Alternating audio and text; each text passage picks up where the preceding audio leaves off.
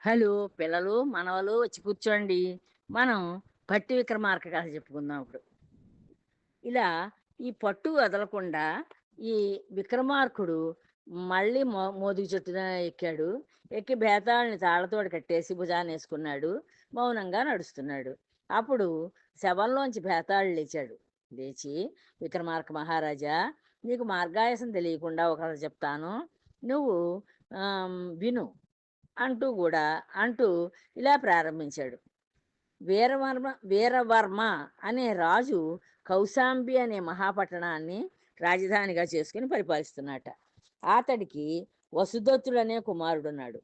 ఆ కుమారుడి పేరు వసుదత్తుడు. మదనసేన అనే కుమార్తె ఉంది. ఆమెకి పెళ్ళిడు వచ్చిందిట. పెళ్ళిడు రాగానే ఈ తల్లిదండ్రులు ఏం చేశారు, తమ బంధువుల్లో ఒకడైన బాగా ఉత్తముడు, బుద్ధిమంతుడు, ఆయన ధనదత్తుడనేవాడిని ఆయన ధనదత్తుడనేవాడిని వాళ్ళ అమ్మాయికి ఇచ్చి పెళ్లి చేయడానికి వివాహం నిశ్చయించారట ఈ తల్లిదండ్రులు ఇద్దరును. ఒకనాడు ఈ మదనసేన చెలులతోటి ఉద్యానవనంలో విహరిస్తోంది. ఈ రాజు కూతురు ఒక రోజుని ఉద్యానవనంలో విహరిస్తోందట, చెల్లులు దొరికి చెలికత్తెలతోటి కలిసి. ఆ సమయంలో ఆవిడ అన్నగారి స్నేహితుడు గుణవర్ధనుడు, ఆయన పేరు గుణవర్ధనుడు, ఆయన అన్నగారి స్నేహితుడు ఏదో పని మీద ఆ తోటలోకి వచ్చాట. ఏదో పని ఉంది అతనికి. ఆ పని మీద ఆ తోటలోకి వచ్చాడు. ఆ తోటలో అక్కడ ఆడుతూ ఉన్న మదనసేనని చూశాడు. ఈ రాజు కూతుర్ని చూశాడు, స్నేహితుడి చెల్లెల్ని. వసుదత్తుడు అతనికి ఆప్తమిత్రుడే అయినా గుణవర్ధనుడు ఆమెను చూడటం అదే మొదటిసారి. ఈ వసుదత్తుడు అంటే ఈ రాజకుమారుడు ఆ, ఈ ఈ వీడికి ఆప్తమిత్రుడే. ఈ గుణవర్ధనుడు అనేవాడికి ఆ ఆప్తమిత్రుడే అయినప్పటికీ ఎప్పుడూ కూడా చూడలేదుట ఈ అమ్మాయిని. అంటే వీళ్ళింటికి రావాల్సిన పని ఏముంటుంది, వాళ్ళిద్దరూ స్నేహితులు అంత మటుక్కే. అంతేనే గాని ఎప్పుడూ ఈ గుణవర్ధనుడు వీళ్ళ ఇంటికేసి రాలేదు. అంచేత ఈ అమ్మాయిని ఎప్పుడూ కూడా చూడలేదు. ఇదే మొదటిసారి చూడడం. అతను ఆమె లావణ్యాలకి ఆమె మీద మోహం పొందేట. ఆవిడ ఆ అమ్మాయి యొక్క అందచందాలకి ఈ ఈ గుణవర్ధనుడు ఆవిడ మీద మోహాన్ని పెంచుకున్నట్ట. ఈవిడ భార్యగా అయి ఉంటే ఎంత బాగుంటుంది అనుకున్నాడు. ఈవిడ్ని ఎలాగోలాగా పెళ్లి చేసుకోవాలి అని చెప్పి అనుకున్నాట. అనుకుని కాముకులు అంటే ఇలాగ ఈ పెళ్లి చేసుకోవాలి అని వాళ్ళని చూడగానే ఎప్పుడైతే అనిపించిందో, వాళ్ళకి కోరికలు పెరిగిపోవడం చేత వాళ్ళ మనసులోనూ ఇంకా వాళ్ళకి సిగ్గు ఉండదుట, లజ్జ ఉండదు, భయం ఉండదు, అన్నీ వదిలేస్తారట. అన్నీ వదిలేసి కార్యం సఫలం చేసుకోవడానికి ప్రయత్నం చేస్తారట. నా అభిప్రాయం ఆమెకి చెప్పి చూస్తాను అని చేత ఆ మాట ఎక్కడో విన్నాడాయన. అందుకోసానని ఇంకా సిగ్గుపడితే లాభం లేదు. అంచేత లజ్జా భయము అన్నీ వదిలేయాలి. వదిలేసి కార్యం ఎలా నెరవేరుతుందా, పని ఎలా అవుతుందా అని చెప్పి చూసుకోవాలి అని చెప్పి ఆ అమ్మాయి దగ్గరికి వెళ్ళి నా అభిప్రాయాన్ని ఆవిడకి చెప్పి చూస్తాను, ఏమంటుందో చూద్దాం అనుకున్నట్ట. అనుకుని ఆవిడ దగ్గరికి వెళ్ళాడు, ఆ అమ్మాయి దగ్గరికి వెళ్ళాడు. ఆమె అతన్ని గౌరవంగా పలకరించింది. ఇలాగని మీ అన్న స్నేహితుడని చెప్పినట్టున్నాడు అంచేత ఆ అమ్మాయి చాలా గౌరవంగా అతన్ని పలకరించిందట. పలకరించి, "ఎందుకు వచ్చావు?" అని అడిగింది. "కారణం ఏమిటి, ఇలా ఎందుకు వచ్చావు?" అని అడిగిందిట. "నీ అందం చూసేసరికి ఎందుకు వచ్చానో మర్చిపోయాను." నిన్ను నీ అందాన్ని చూసేసరికి అసలు ఎందుకు వచ్చానో మర్చిపోయాను నేను నీకు చెప్పడానికి, సమాధానం చెప్పడానికి. నీ మీద మోహంలో చిక్కుకున్నాను. నీ మీద నేను నిన్ను మోహించున్నాను. నిన్ను చాలా ఇష్టపడుతున్నాను. అంచేత ఆ మోహంలో పడిపోయి నేను అసలు ఎందుకొచ్చానో కూడా మర్చిపోయాను అని చెప్పాట. నీ కౌగిలి ప్రసాదంగా నా ప్రాణం నిలుపు. నువ్వు నీ కౌగిలినిచ్చి నా ప్రాణాన్ని నిలబెట్టు. లేకపోతే నేను చచ్చిపోయేటట్టుగా ఉన్నాను అని చెప్పాట. కాదన్నావో నా ఉసురు పోసుకుంటావు. నువ్వు కాదంటే మాత్రం నేను ప్రాణాలు తీసేసుకుంటాను అంటూ పలు విధాలు ప్రాధేయపడ్డాడు. ఎన్నో రకాలుగా అమ్మాయిని ప్రాధేయపడ్డాట, నువ్వు నన్ను చేసుకు తీరాలి అని. అలా వివేకం కల మదనసేన చాలా వివేకం గల మదనసేన తన కోసం ప్రాణాలు కోల్పోతానన్న ఆ కాముకుడికి ధైర్యానికి జాలి పడిందిట. ఈ అమ్మాయికి జాలేసింది పాపం. ఇదేంటి ఈడు ఈ చూడగానే మొదటి చూపులోనే నన్ను పెళ్లి చేసుకో అంటున్నాడు. పైగానేమో లేకపోతే చచ్చిపోతాను, ప్రాణాలు తీసేసుకుంటానంటున్నాడు అని చెప్పి జాలి పడింది. జాలి వచ్చింది ఈ అమ్మాయికి. భర్త నిశ్చయించబడిపో నిశ్చయించబడిపోయాడు కనుక తమ తను అతనికి విరుద్ధమైన పని చెయ్యదు. ఈవిడ మంచి పిల్ల, మంచి ఆలోచనలు గల పిల్ల. అందుకోసానని ఈవిడికి పెళ్ళి మరి నిశ్చయం చేసేసారు కదా వాళ్ళ చుట్టాల్లో ఒక అబ్బాయిని. అందుకని ఆమ్, మా ఈవిడికి తప్పు చేయడం ఇష్టం లేదు. అతను పెళ్లి చేసుకోమన్నాను. అందుచేత ఓ కాముకుడా, నా తల్లిదండ్రులు ఇంతకు ముందే నన్ను ఒకరికి ఇచ్చి వివాహం చేస్తామని మాట ఇచ్చేశారు. ఓ కాముకుడా, నీకు అంటే నీ మనసులో ఇంకా కోరిక, ఆ కోరిక తీరేదాకా నువ్వు నిద్రపో అని అంటున్నావు, బాగానే ఉంది. కానీ నన్ను నా తల్లిదండ్రులు ఇంకొక అబ్బాయికి ఇచ్చి పెళ్లి చేస్తామని చెప్పి వాళ్ళకి మాట ఇచ్చేశారు. పతి కాబోయే వానికి ద్రోహం చేయలేను. ఆయన నా పతి అవుతాడు, నా భర్త అవుతాడు. అంచేత ఆయనకి ద్రోహం ఎలా చేయను నేను. అయినా నీకొకటి చెబుతాను విను. అయినా సరే నువ్వు ఇంత ప్రేమగా నా దగ్గరకు వచ్చావు కనుక నీకో మాట చెప్తాను విను అని చెప్పి చెప్తోంది ఈ అమ్మాయి. వివాహమై నేను నా పతితో శయ్యామందిరానికి వెళ్ళిన తొలి దినమే నా భర్త అనుమతి తీసుకుంటాను. తీసుకుని నీ దగ్గరకు వస్తాను. నేను వివాహం అయిపోతుంది నాకు. అయిపోయిన తర్వాత నా భర్తతోటి శయన మందిరానికి వెళ్ళినప్పుడు ఆయనకి చెప్తాను. ఆ మొదటి రోజేను నా భర్తతోటి చెప్పి, ఇలా ఒకడెవడో నన్ను ప్రేమించానన్నాడు, నన్ను పెళ్లి చేసుకుంటానన్నాడు, అంచేత అతనితోటి ఒక రోజు గడిపి వస్తాను అని చెప్పేసి ఆయన అనుమతి తీసుకుని వస్తాను నీ దగ్గరికి. మొదట నువ్వు నాతో కూడాక నేను భర్తతో కలుస్తాను. నువ్వు మొదట అడిగావు నన్ను, నీతోటి నేను కలిసి ఉండాలనుకుంటున్నాను అని చెప్పి. అంచేత నువ్వే మొదట నాతోటి కలుద్దు కానీ తర్వాత నా భర్త దగ్గరికి వెళ్ళిపోతాను, ఆయనతోటి కలుస్తానని చెప్పింది ఈ అమ్మాయి. ఇలాంటి పనికి మగాడు సమ్మతిస్తాడా అడిగాడు అతను. ఏంటి నీ భర్త ఇలాంటి పని చేస్తానంటే ఒప్పుకుంటాడా? నేను ముందు ఎవరి దగ్గరికో వెళ్ళొస్తాను, తర్వాత నువ్వు నన్ను ముట్టుకుందిగానంటేను అని చెప్పి అతనికి సందేహం వచ్చి అడిగాడు. అతన్ని ఒప్పించడం నా పని. నా భర్తను ఒప్పించుకోవడం నా పని. అది నా మాటలు నమ్మి అంతవరకు చిత్తాన్ని చిక్కబట్టుకుని ఉండు. నువ్వు నా మాటలు నమ్ము. నేను అబద్ధం ఆడటం లేదు, నిజమే చెప్తున్నాను. అంచేత నువ్వు నా మాటలు నమ్మి నీ మనసుని చిక్కబట్టుకుని ఉండు అని చెప్పి అతనికి చెప్పి నమ్మకం కుదిర్చి ప్రమాణాలు కూడా చేసిందిట. ప్రమాణాలు చేసి చెప్పింది ఇతనికి. గుణవర్ధనుడికి చేసేదేమీ కనిపించక ఇంక ఈ గుణవర్ధనుడు ఏం చేయలేకపోయాడు. ఆవిడేమో అలా చెప్తూ ఉంటే ఇంకేం చేస్తాడు, ఇంకేం చేసేది ఏం కనిపించక ఆమె మాటలకు అంగీకరించాట. ఆవిడ చెప్పిన మాటలకు అంగీకరించి ఇంటికి పోయి మదనసేన మనువు ఎప్పుడు కలుగుతుందా అని ఎదురు చూడసాగాడు. ఈ మదనసేనకి పెళ్ళి ఎప్పుడవుతుంది, ఆ మొదటి రాత్రి ఎప్పుడు వస్తుంది, ఆవిడ భర్తను ఒప్పించి ఎప్పుడు వస్తుంది అని చెప్పి ఇవన్నీ ఆలోచించుకుంటూ కూర్చున్నాడు ఇంటికి పోయి. కొద్ది రోజుల్లోనే ఆమె వివాహం జరిగింది. కొంచెం రోజులు జరిగేసరికి ఆవిడ పెళ్ళి అయిపోయింది. భర్తతో శయనగృహానికి వెళ్ళగానే ఆమె తటాలను అతనికి దూరంగా నిలిచింది. ఈ అమ్మాయి ఏం చేసింది, ఆ శయన మందిరానికి వెళ్ళగానే తటాలను దూరంగా వెళ్ళిపోయిందిట భర్త నుంచి. భర్త ఆశ్చర్యంగా చూస్తూ ఉన్నట్ట. ఆ భర్త ఆశ్చర్యంగా చూస్తున్నాడు. ఏమిటిది, ఈ అమ్మాయి పెళ్లి చేసుకుంది కదా, పెళ్లి చేసుకుని నాకు ఇలా దూరంగా వెళ్ళిపోతుంది ఏమిటని చూస్తున్నట్ట. ప్రాణేశ్వర, ఒక విషయం విన్నవించుకుంటాను. నేను ఒక విషయం చెప్తానండి మీకు, వినండి. నా వివాహానికి ముందు మా అన్న స్నేహితుడు ఒకడు నన్ను కామించి కలియ కోరాడు. మా అన్న స్నేహితుడు ఒకడు ఉన్నాడు, వాడు నన్ను ఎంతో ప్రేమించాడు. ప్రేమించి నువ్వు నాకు భార్య కావాలి అని అడిగాడు అంటూ జరిగిందంతా చెప్పింది. ఏం జరిగిందో వాళ్ళకి ఆ తోటలో అన్నీ చెప్పింది. చెప్పి తాను అతనికి వాగ్దానం చేసిన సంగతి కూడా చెప్పింది. నేను ఆ అబ్బాయికి ఇలా వాగ్దానం చేశాను అని కూడా చెప్పిందిట. ఇప్పుడు మాట తప్పడం న్యాయం కాదు. ఇప్పుడు నేను మాట తప్పను. మాట ప్రకారం జరిగింది మీ వద్దకు జరిగించి మీ వద్దకొస్తాను. నేను అతనికెలా మాటిచ్చానో ఆ పని చేసి తర్వాత మళ్ళీ మీ దగ్గరకొస్తాను అని చెప్పిందిట.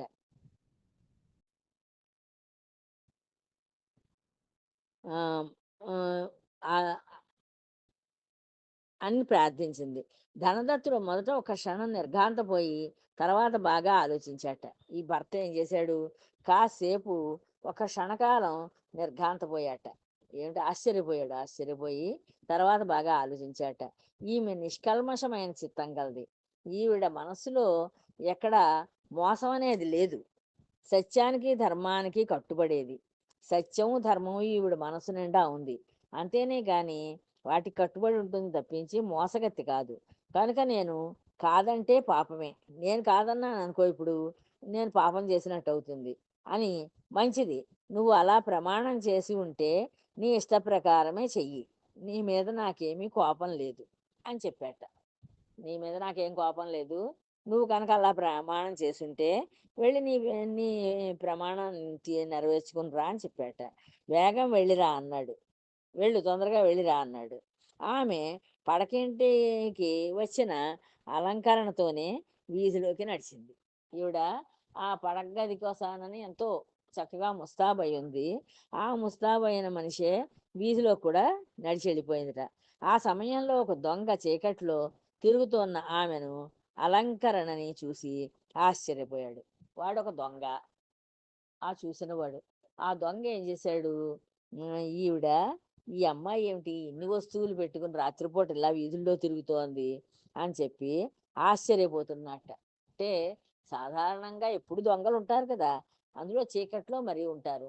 ఇదేంటి చీకటి టైంలో ఇన్ని వస్తువులు అలంకరించుకుని ఇలా తిరుగుతోంది రోడ్డు మీద అని చెప్పి ఆ దొంగ ఆశ్చర్యపోతున్నట. తనకి రెండు లాభాలు అనుకుంటూ ఆమెను అడ్డగించాడు. ఓ, పోన్లే నాకు రెండు లాభాలు కలుగుతాయి ఇప్పుడు. ఇది ఆడది అంచేత ఆ, దీన్ని పెళ్లి చేసుకోవచ్చు, తర్వాత దీని ఒంటి మీద వస్తువులని తీసేసుకోవచ్చు అని చెప్పి నాకు రెండు లాభాలు ఉంటాయిలే అనుకుని వాడు ఆలోచించాడు. ఆ దొంగ ఆలోచించి, నేను దొంగని నీ నగలిచ్చేసి నాతో కలవకపోతే నిన్ను వదలను అన్నాడు. నువ్వు నా నాకేమో నీ వస్తువులన్నీ తీసి ఇచ్చేయాలి, ఇచ్చేసి నన్ను కలుసుకోవాలి, లేకపోతే నేనేం వదలను అని చెప్పాట ఆ దొంగాడు.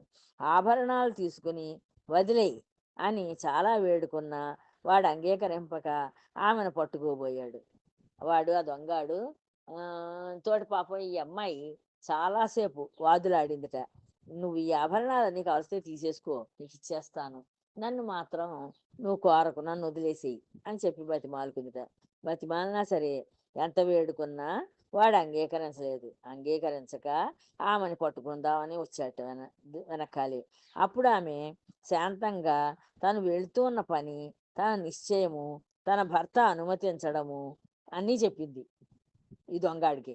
ఇదిగో ఇది సంగతి, నా కథ ఇది అని చెప్పి ఈవిడ జరిగిందంతా దొంగాడికి చెప్పిందిట. చెప్పి నా భర్త కూడా అనుమతించి నన్ను పంపించాడు ఇప్పుడు అని చెప్పి, మొదట వాగ్దానం చేసిన ప్రకారము ఆ పురుషుణ్ణి కలవకుండా ఇతరులను కలవడం ధర్మం కాదు. మొట్టమొదట ఒక పురుషుడికి నేను మాట ఇచ్చాను, అంచేత ముందు ఫస్ట్ వాడి దగ్గరికే పెడతాను నేను, తర్వాత చూద్దాం అని చెప్పి ఇతరులను కలవడం ఇప్పుడు ధర్మం కాదని చెప్పి, ఈ న్యాయం తెలిసే నా భర్త నన్ను ముట్టకుండా వెళ్ళమన్నాడు. నా భర్తకు కూడా ఈ న్యాయం తెలుసు. తెలియడం చేత ఆయన నన్ను ముట్టుకోలేదు, ముట్టుకోకుండా వదిలేశాడు. నువ్వు కూడా నన్ను కరుణించి అలాగే నన్ను విడిచిపెట్టి ఇక్కడే కాచుకుని ఉండు. నువ్వు కూడా నా భర్త ఎలా వదిలేశాడో నన్ను ముట్టుకోకుండాను, నువ్వు కూడా అలాగే నన్ను ముట్టుకోకుండా దూరంగా నన్ను వదిలేసి నువ్వు ఇక్కడే కాచుకుని ఉండు, నేను మళ్ళీ వస్తానని చెప్పింది. ఈ న్యాయం తెలిసేనా అయిపోయింది. నువ్వు కూడా నన్ను విడిచిపెట్టి ఇక్కడే కాచుకునుండు. నేను వేగం పోయి గుణవర్ధనుడికి కోరిక తీర్చి నీ వద్దకు వస్తాను. ఆ గుణవర్ధనుడి దగ్గరికి వెళ్ళి నేను వాడి కోరిక తీర్చేసి మళ్ళీ వస్తాను. అప్పుడు నీ ఇష్టం తీర్చి నగలిచ్చిపోతాను. అప్పుడు నీ ఇష్టం కూడా తీర్చి నీకు నగలిచ్చేసి వెళ్ళిపోతాను అని బతిమాలి వాడికి నమ్మకం కలిగేలా ప్రమాణాలు చేసింది. వాడికి కూడా నమ్మకం వచ్చేటట్లుగా దొంగాడికి కూడా ఎన్నో ప్రమాణాలు చేసిందిట. అప్పుడు వాడు, సరే నీ విషయము సత్యపాలన తెలియవు తెలియవు కానీ వేగంగా పోయిరా అని ఆమెను వదిలాడు. ఏమో నీ సత్యపాలన ఏమిటో అవన్నీ నాకేం తెలియవు, నాకేం అర్థం కావు, నువ్వు వేగంగా వెళ్ళిరా, తొందరగా వెళ్ళిరా అని మాత్రం ఆ వాడు ఈ అమ్మాయిని వదిలేశాడు. ఆమె గుణవర్ధనుని వద్దకు పోయి, ఆనాడు తోటలో నన్ను కలవగోరినప్పుడు చెప్పిన ప్రకారం వచ్చాను, ఇంతవరకు నా భర్త కూడా నన్ను ముట్టలేదు, నాతో కలిసి నీ కోరిక తీర్చుకుని పంపేయి అంది. అని మళ్ళీ ఆ అన్నగారి స్నేహితుడికి ఆ వనంలో ఏమి మాట ఇచ్చిందో ఆ మాట చెప్పింది. అతడు ఆమె నిశ్చయానికి సత్యానికి పతి కూడా అంగీకరించినందుకు ఎంతో ఆశ్చర్యపడ్డాట. ఈ అన్నగారి స్నేహితుడు ఈ మాటలన్నీ విని ఎంతో ఆశ్చర్యానికి లోనయ్యాట. ఆశ్చర్యానికి లోనయ్యి, నీ భర్త కూడా ఒప్పుకున్నాడా ఇలా చేయడానికి అని చెప్పి ఆశ్చర్యపోయాట. ఆమెకు చెరువులో నిలవడానికి కూడా భయపడ్డాట. అలా చెప్పేసరికి నీ దగ్గరికి కూడా నేను నిలబడడానికి అర్హత లేదు నాకని చెప్పి దూరంగా నిలబడ్డాట. నమస్కరించాట. ఈ అమ్మాయికి నమస్కారం చేసి, ఓ పతివ్రతారత్నమా, బుద్ధిహీనుడనై నిన్ను కోరాను, నాకు బుద్ధి లేకపోవడం చేత నిన్ను కోరుకున్నాను, ఆ పాపమే చాలు, అది ఒక పాపం నాకు, ఆ పాపమే చాలులే, ఇంకా నిన్ను ముట్టుకోవడం ఎందుకు, నువ్వు నా తల్లి వంటి దానివి, నువ్వు నాకు తల్లి స్వరూపం లాంటి వాడివి దానివి, నువ్వు నన్ను మన్నించి నీ పతి వద్దకు వెళ్ళు, నన్ను మన్నించు, నేను చేసిన తప్పుని క్షమింపజేసి నువ్వు నీ నీ భర్త దగ్గరికి వెళ్ళు, అన్యుడైన ఏ పురుషుడు నిన్ను కోరినా ముట్టుకున్నా వాడు నాశనం అవుతాడు, ఎవరైతే ఇతర పురుషులు నిన్ను ముట్టుకుందుకు ప్రయత్నం చేస్తారో వాడు సర్వనాశనం అయిపోతారు అని చెప్పి పంపించేశాడు. వెళ్ళు అని పంపివేశాడు. వెళ్ళని చెప్పి పంపించేశాడు. అక్కడి నుంచి ఆమె చోరుడు వద్దకు వచ్చింది, దొంగాడి దగ్గరికి వచ్చింది. వచ్చి, నీ ఇష్టం తీర్చుకొని సొమ్ములు తీసుకో, నా కోసం భర్త ఎదురు చూస్తూ ఉంటాడు అని చెప్పింది మళ్ళీ ఈ దొంగాడికి. చెప్పేసరికి ఆలస్యం చేయకు అని చెప్పి ప్రార్థించిందిట. ఆలస్యం చేయకుండా నీ కోరిక తీర్చుకుని నన్ను పెందరాళి పంపించేయి, నా వస్తువులన్నీ తీసుకో అని చెప్పింది. వాడు ఆమె సత్యపాలనకి ఆశ్చర్యపోయాడు. వాడికి కూడా ఆశ్చర్యం అనిపించింది. ఏమిటి ఈవిడ ఇచ్చిన మాట ఇలా నిలబెట్టుకుంటోంది, ఇంత ఆశ్చర్యంగా ఉంది ఏమిటి ఈవిడ ప్రవర్తన అని చెప్పి మహాపతివ్రతగా భావించి, అమ్మా నువ్వు సాధ్వివి, పుణ్యశీలవి, నీ మహిమ తెలియక మూర్ఖుడినై అలా ప్రవర్తించాను, నీవెంత గొప్పదానివో నాకు తెలియదు తల్లి, అంచేత నేను మూర్ఖుళ్ళ ప్రవర్తించాను అని చెప్పి ఆ దొంగాడన్నట. నీ దగ్గరకు కూడా రాలేను, నీ దగ్గరకు కూడా నేను రావడానికి భయపడుతున్నానమ్మా, నా తప్పు క్షమించు, నీ ఇంటికి వెళ్ళి భర్తతో సుఖంగా ఉండు, నీ దగ్గర కూడా నేను రాలేనమ్మా, నువ్వు అంత గొప్పదానివి, అంత గొప్ప మనస్సున్నదానివి, అంచేత నువ్వు నువ్వు ఇంటికి వెళ్ళిపోయి నీ భర్తతో సుఖంగా ఉండు తల్లి అని చెప్పి చెప్పేశాడు. అని అక్కడ అక్కడ ఉండక వెళ్ళిపోయాడు. అక్కడి నుంచి ఆ దొంగాడు వెళ్ళిపోయాట. ఆమె ఇంటికి వెళ్ళి, నీ వాగ్దానం చెల్లించి వచ్చావా అని అడిగిన భర్తకి జరిగిందంతా చెప్పింది. ఈ భర్త వెళ్ళగానే అడిగాడు, అంటే ఆయనకి దొంగాడు కూడా తెలియదు కదా, అన్న స్నేహితుడి దగ్గరికి వెడతానంటే సరే వెళ్ళమన్నాడు. వెళ్ళి, నీ వాగ్దానాన్ని తీర్చుకుని వచ్చావా అని అడిగాడు వెళ్ళగానే. అంటే అప్పుడు ఈవిడ ఈ భర్తకి జరిగిందంతా చెప్పింది, ఇలా ఇలా జరిగిందని. ప్రాణనాథ, భగవంతుడు నా పాతివ్రత్యానికి కొంచెమైనా భంగం కలగనివ్వకుండా సంరక్షించాడు. ఆ భగవంతుడు ఉన్నాడు కదా, నేను భగవంతుడిని నమ్ముకున్నానని చేత ఆ భగవంతుడు నా పాతివ్రత్యానికి కొద్దిగా కూడా అపకారం చేయలేదు, నన్ను సంరక్షించాడం అని చెప్పిందిట. ఇంక నన్ను కూడి నీకు కావలసిన సుఖాలు అనుభవించు అది. సరే అయితేను, ఇంక నేను నీకు భార్యగా ఉంటాను, నువ్వు సుఖంగా ఆనందంగా ఉండు అని చెప్పి భర్తకి చెప్పింది అనమాట. చెప్పేసరికి ఈ ధనదత్తుడు తన భార్య సత్ప్రవర్తనకి పతివ్రత మహిమకి మెచ్చి ఆమెతో సుఖంగా ఉండసాగాడు.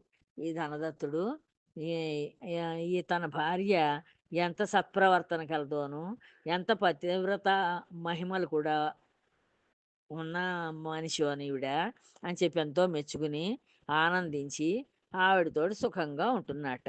రాజా, గుణవర్ధన ధనదత్త చోరులలో ఉత్తముడు ఎవరో చెప్పు. మళ్ళీ బేతాళుడు అడుగుతున్నాడనమాట ఈ విక్రమార్కుడిని. ఇందులో ముగ్గురున్నారు కదా, గుణవర్ధనుడు ఉన్నాడు, ధనదత్తుడు ఉన్నాడు, ఈ చోరుడు ఉన్నాడు. ఈ ముగ్గురులోనూ ఎవరు మంచివాళ్ళు చెప్పు, ఉత్తముడు ఎవరో చెప్పు ఈ ముగ్గురులోనూ అని అడిగాట. అడిగితే బేతాళ, ధనదత్త గుణవర్ధనులు సహజంగానే బుద్ధిమంతులు. ఈ ధనదత్తుడు, గుణవర్ధనుడు వీళ్ళిద్దరూ సహజంగా వాళ్ళు మంచివాళ్లే, చాలా మంచివాళ్ళు. అందుచేత సందర్భాన్ని అనుసరించి మెలిగారు. అక్కడ ఆవిడ చెప్పిన సందర్భాన్ని బట్టి వాళ్ళు ప్రవర్తించారు. అవేమీ ప్రత్యేకత కాదు, అదేం పెద్ద గొప్పతనం ఏం లేదు వాటిల్లోనూ. కానీ ఎప్పుడూ నిర్భయంగా పరులను హింసించి వారి సొమ్ముని అపహరించడమే వృత్తిగా గల దొంగకు మంచి బుద్ధి పుట్టడము, వాడు మదనసేనని ముట్టకుండా విడిచిపెట్టడము మెచ్చుకోదగిన విషయం. ఇంకా ఈ మూడోవాడు నాడే దొంగాడు, వీడు దొంగ. పరుల సొమ్ముని ఏ రకం సొమ్మైనా సరే దొంగిలించడమే వాడి పని. అలాంటి దొంగ కూడా మంచివాడిగా మారి బుద్ధిమంతుడయ్యి వాడి బుద్ధిని మార్చుకుని మంచి బుద్ధి పుట్టివాడికి మదనసేనని ముట్టకుండా విడిచిపెట్టాడే, వాడు చాలా గొప్పవాడు, మెచ్చుకోదగిన వాడు వాడు, వాడే ఉత్తముడు అని చెప్పాడు విక్రమార్కుడు. ఈయన ఇలా ఎప్పుడైతే మాట్లాడాడో, ఈయన సమాధానం చెప్పిన దానికి ఆ బేతాళుడు సంతోషించి, నువ్వు మాట్లాడావు, మౌనభంగం అయిపోయింది, ఇగో నేను కట్లు తెంపుకుని మళ్ళీ చెట్టు ఎక్కేస్తున్నానని చెప్పి మళ్ళీ వెళ్ళి చెట్టు ఎక్కి కూర్చున్నాడు. మళ్ళీ ఈ విక్రమార్కుడు మళ్ళీ మొదటి నుంచి మళ్ళీ ప్రయత్నం ప్రారంభిస్తాడు. తర్వాత చెప్పుకుందాం అమ్మా, ఉంటాను. జై శ్రీరామ్.